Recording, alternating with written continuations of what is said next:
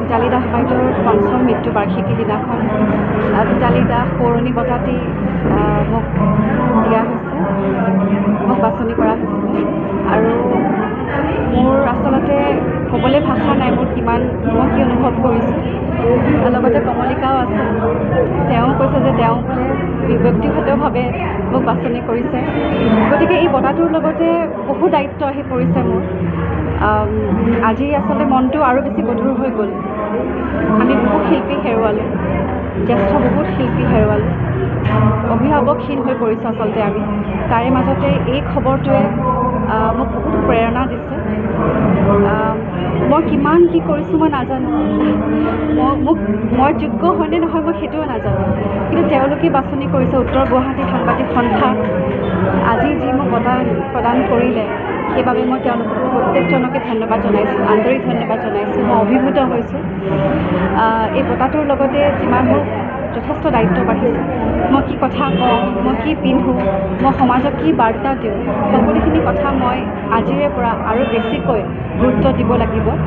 কাৰণ আমি দায়বদ্ধ, আমি অভিনয় কৰোঁ, আমি গীত গাওঁ, আৰু কেৱল অভিনয় আৰু গীতৰ লগত আমি সীমাবদ্ধ নহয়। আমাৰ বহুত দায়িত্ব থাকে সমাজৰ প্ৰতি, সংস্কৃতিৰ প্ৰতি, ভাষাৰ প্ৰতি। গতিকে সেই প্ৰত্যেকটো দিশত যদি আমি ভালকৈ নিজকে তৈয়াৰ কৰিব পাৰোঁ, আগবাঢ়ি যাব পাৰোঁ, নতুন প্ৰজন্মক যদি মই দুটা কথা শিকাব পাৰোঁ, মই ভাবিম যে মই সফল হ'লোঁ জীৱনত। গতিকে প্ৰত্যেককে ধন্যবাদ জনাইছোঁ, বিশেষকৈ কমলিকা, ভিতালী বাইদেউ আৰু উত্তৰ গুৱাহাটী সাংবাদিক সন্থাৰ প্ৰত্যেকজন সদস্য। আজি ভিতালী দাস বাইদেউৰ পঞ্চম মৃত্যুবাৰ্ষিকী দিনাখন ভিতালী দাস সৌৰণী বঁটাটি মোক দিয়া হৈছে, মোক বাছনি কৰা হৈছিলে। আৰু মোৰ আচলতে ক'বলৈ ভাষা নাই মই কি অনুভৱ কৰিছোঁ। লগতে কমলিকাও আছে, তেওঁ কৈছে যে তেওঁ বোলে ব্যক্তিগতভাৱে মোক বাছনি কৰিছে। গতিকে এই বঁটাটোৰ লগতে বহু দায়িত্ব আহি পৰিছে মোৰ। আজি আচলতে মনটো আৰু বেছি গধুৰ হৈ গ'ল। আমি বহু শিল্পী হেৰুৱালোঁ, জ্যেষ্ঠ বহুত শিল্পী হেৰুৱালোঁ, অভিভাৱকহীন হৈ পৰিছোঁ আচলতে আমি। তাৰে মাজতে এই খবৰটোৱে মোক বহুত প্ৰেৰণা দিছে। মই কিমান কি কৰিছোঁ মই নাজানো, মই যোগ্য হয়নে নহয় মই সেইটোও নাজানো, কিন্তু তেওঁলোকে বাছনি কৰিছে। উত্তৰ গুৱাহাটী সাংবাদিক সন্থা আজি যি মোক বঁটা প্ৰদান কৰিলে সেইবাবে মই তেওঁলোকক প্ৰত্যেকজনকে ধন্যবাদ জনাইছোঁ, আন্তৰিক ধন্যবাদ জনাইছোঁ। মই অভিভূত হৈছোঁ।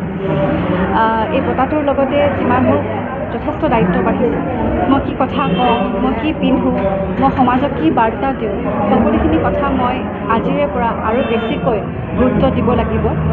কাৰণ আমি দায়বদ্ধ, আমি অভিনয় কৰোঁ, আমি গীত গাওঁ, আৰু কেৱল অভিনয় আৰু গীতৰ লগত আমি সীমাবদ্ধ নহয়। আমাৰ বহুত দায়িত্ব থাকে সমাজৰ প্ৰতি, সংস্কৃতিৰ প্ৰতি, ভাষাৰ প্ৰতি।